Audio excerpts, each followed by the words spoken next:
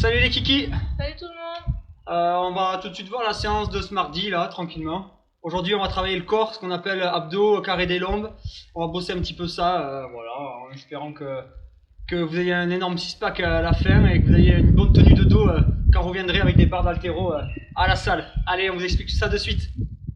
Petit A de notre warm-up, comme d'habitude, à peu près tous les jours, on va activer un petit peu les muscles qu'on va se servir aujourd'hui. En mouvement aujourd'hui, vous allez partir sur ce que j'ai appelé du walking good morning. En fait, on va travailler sur la chaîne postérieure, sur un étirement. Donc là, le but, c'est de garder les deux jambes tendues. Vous faites un pas en avant, un good morning, pied joint, good morning. Et ça fait 1. Puis vous changez de pied, good morning, vous revenez pied joint. Ça fait 2. Et au final, vous allez le faire 4 fois, c'est-à-dire 2 fois sur chaque pied. Du coup, sur cet exercice, le but va être de vraiment tenir son dos. C'est pas la course à celui qui descendra le plus bas. Il faut avoir la jambe avancée, tendue, et quand c'est les deux pieds joints, les deux jambes tendues, sans jamais arrondir le dos. Donc n'allez pas trop bas et apprenez vous-même à repérer votre corps dans l'espace en essayant de garder jambes d'appui tendues et dos vraiment verrouillé. Derrière, vous allez enchaîner avec 10 sit-ups classiques, avec un mat, un coussin ou rien si vous n'avez rien. Prenez le temps d'avoir un maximum d'amplitude. Je répète, sur les sit-ups, les pieds doivent se toucher. En bas, on doit décontracter les abdos. D'accord? Amenez les bras jusqu'à toucher le sol pour décontracter la chaîne abdominale. Et quand vous remontez, vous soufflez. Et la force n'est pas dans le front, mais dans le bout des doigts. Et vous allez chercher une amplitude maximum vers l'avant. Ça va aussi étirer un petit peu les hanches et vos adducteurs. Et sentez bien les abdos travailler. Ouais, rentrez le ventre avant de les contracter. Vous partirez derrière sur 10 dead bugs alternés, c'est-à-dire une fois main droite, une fois main gauche. Alors le dead bug, vous mettez vos genoux à 90 degrés au-dessus des hanches. Vous appuyez bras tendus avec une main. Vous allez créer une pression entre votre genou qui pousse dans la main et la main qui pousse dans le genou pour tendre une diagonale d'abdos. Mais les genoux opposés. Voilà, sur une diagonale, main droite, genou gauche. Et de là, vous allez partir en hollow sur les deux autres opposés. Puis vous revenez et vous partez 5 d'une jambe, puis 5 de l'autre. Le but, ne jamais relâcher les abdos et de presser toujours même genou. Pensez vraiment à utiliser votre respiration pour encore plus contracter les abdos sur la remontée en expirant. Quatrième et dernier exercice, ça sera l'exercice du jour en haltéro sur la minute 2 du EMOM, le deadlift. On va revenir tout ça, tu peux y aller, partir sur le deadlift. Pensez que les jambes ne doivent pas être tendues sur le deadlift et surtout, les épaules ne doivent jamais être plus basses que les hanches. Ça, c'est interdit, on ne garde pas les jambes un peu tendues, les hanches toujours plus basses que les épaules et les épaules devant les genoux en bas. Prenez le temps de travailler vos abdos sur le mouvement et vos lombaires, c'est un petit peu le but de la séance, c'est de vous fatiguer les abdos et les lombaires et d'essayer de les tenir malgré la charge et l'intensité sur les deadlifts. Donc dès l'échauffement, ayez une bonne tenue de dos et surtout travaillez avec vos abdos. Pour ça, concentrez-vous aussi sur la respiration, ça vous aidera à bien maintenir votre transverse. Vous ferez 4 tours de ce warm-up et n'hésitez pas à prendre la barre à vide à un moment donné sur le 3e ou le 4e tour sur les deadlifts pour commencer à bien travailler le mouvement avec la barre que vous allez vous servir. Et puis derrière, vous montrez en charge sur des séries de 6-10 répétitions, au moins 4 séries. Voilà, sur le deadlift en montant en charge tranquillement. Sachant que pour le WOD, ça 60 kg pour les garçons, 40 pour les filles. Vous montez tranquillement après ces 4 tours de warm-up, voilà, en tenant votre dos, en faisant un deadlift comme vous savez le faire. Voilà. Et si vous avez des problèmes, surtout sur ces mouvements, n'hésitez pas à nous envoyer des petites vidéos si vous voulez qu'on vous corrige, ceux qui commencent. Voilà, n'hésitez pas, on se fera une joie de vous répondre. Explication de notre metcon du jour, on va partir aujourd'hui sur un EMOM. Et comme depuis le confinement, il y a des adaptations sur ce EMOM, pas en charge de travail, d'accord, mais en durée de travail. Donc en skate, en débutant, vous ferez 15 minutes, il y aura un niveau intermédiaire sur 18 minutes et un niveau RX comme d'habitude sur 21 minutes. Voilà, vous comptez, vu qu'il y a 3 minutes, c'est un EMOM. Pour ceux qui ont l'habitude de se tromper, j'y reviens dessus sur l'explication. Mais en gros, vous ferez 5 tours sur 15 minutes, vous ferez 6 tours sur 18 minutes et 7 tours sur 21 minutes. Première minute, vous enchaînerez 20 secondes, donc au start de la minute, 20 secondes de hollow hold, donc la banane en gainage avec une position parfaite, le plus parfait possible. Et au bout des 20 secondes, donc il restera 40 secondes sur la minute, vous enchaînerez sur des hollow rocks, donc vous essayez de tenir cette position de hollow maximum et vous y mettez du mouvement, mouvement qu'on vous montrera tout à l'heure avec Emma, et maximum de hollow rock sur le reste de la minute, donc sur 40 secondes. Minute 2.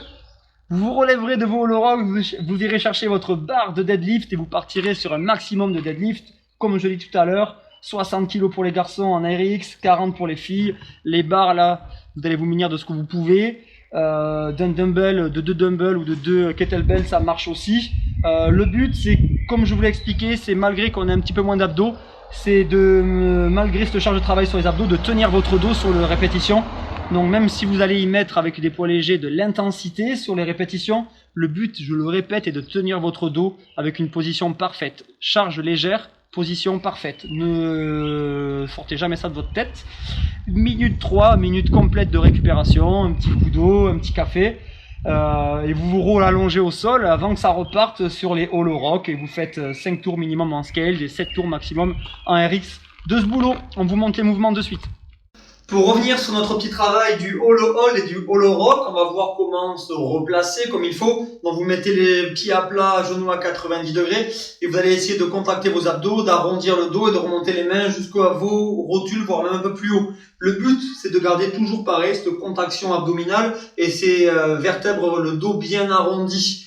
De là, si vos abdos le permettent, vous tendez les jambes, pointe de pied, on est en gym vers l'avant. Et toujours pareil, si vous pouvez, vous allez mettre les bras vers l'arrière sans déformer cet arrondi du dos et surtout sans reposer vos omoplates au sol. Donc dans la minute, il faudra tenir les 20 premières secondes en statique, en isométrique, donc du hollow hold. Et derrière, vous enchaînerez sur les 40 dernières secondes de la minute sur un mouvement sur du hollow rock. Dans l'heure, imaginez bien votre dos bien rond, il va basculer vers les cervicales puis vers les lombaires avec toujours les dorsales au sol, donc un dos bien rond et vous basculez les fesses qui montent puis les épaules qui montent en tenant ça. Petit conseil des coachs, c'est si au bout de 20-30 secondes votre mouvement se déforme et vous commencez à cambrer le dos, il vaut mieux prendre de la récupération et commencer à s'avancer vers votre barre de deadlift ou prendre quelques secondes de récupération avant de finir la minute sous cet exercice. Restez vraiment propre, ça sert à rien de vouloir aller chercher un nombre de fou en dégradant le mouvement. C'est vraiment un travail de gym pour travailler sur de la perfection de contraction. Donc c'est un mouvement qui doit se travailler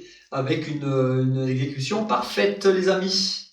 Pour l'accessoire du jour, vous aurez besoin d'une box et d'un kettlebell. Vous commencerez avec le kettlebell, vous allez faire 100 mètres. Si vous n'avez pas trop d'espace, vous pouvez faire 5 allers-retours de 10 mètres.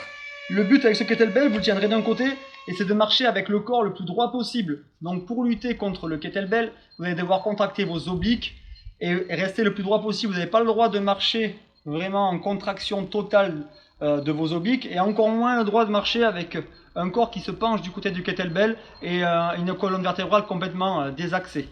Donc à vous de rester et d'essayer de comprendre, d'essayer de voir dans l'espace que vous marchez droit et de marcher vraiment les deux épaules parallèles au sol.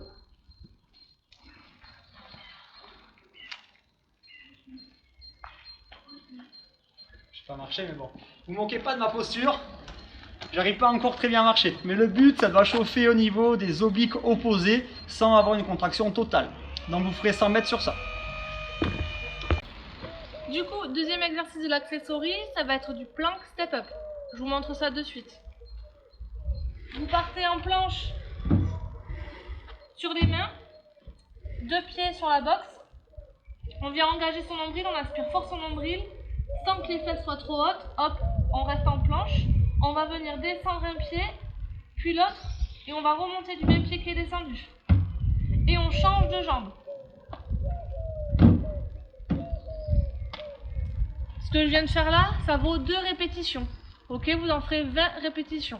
Le mouvement le plus important, c'est vous engagez vos pecs, ok, on est fort dans les épaules, bras tendus. On ne bouge pas les fesses de droite à gauche, ok, toujours le centre bien activé, ce qui nous permet de rester immobile au niveau du centre, d'accord? Pas de fesses sur le côté. Et après, vous faites du coup 20 répétitions, 10 montées d'une jambe, 10 montées de l'autre jambe. Voilà pour le mouvement. Du coup, je vais vous montrer le dernier exercice. Après, on va enchaîner farmer walk, bras droit, plank step up, farmer walk, bras gauche. Celui-ci pour clôturer l'accessory. On va venir placer ses mains milieu cuisse, ok, les doigts tendus. Que les bouts des doigts au sol. On va venir se grandir, aspirer fort son nombril et on va venir monter les jambes tout en aspirant fort son nombril. On va tenir 2 secondes en haut et on va venir relâcher. On souffle sur la montée et on inspire. Option un peu plus facile, on vient fléchir légèrement les jambes.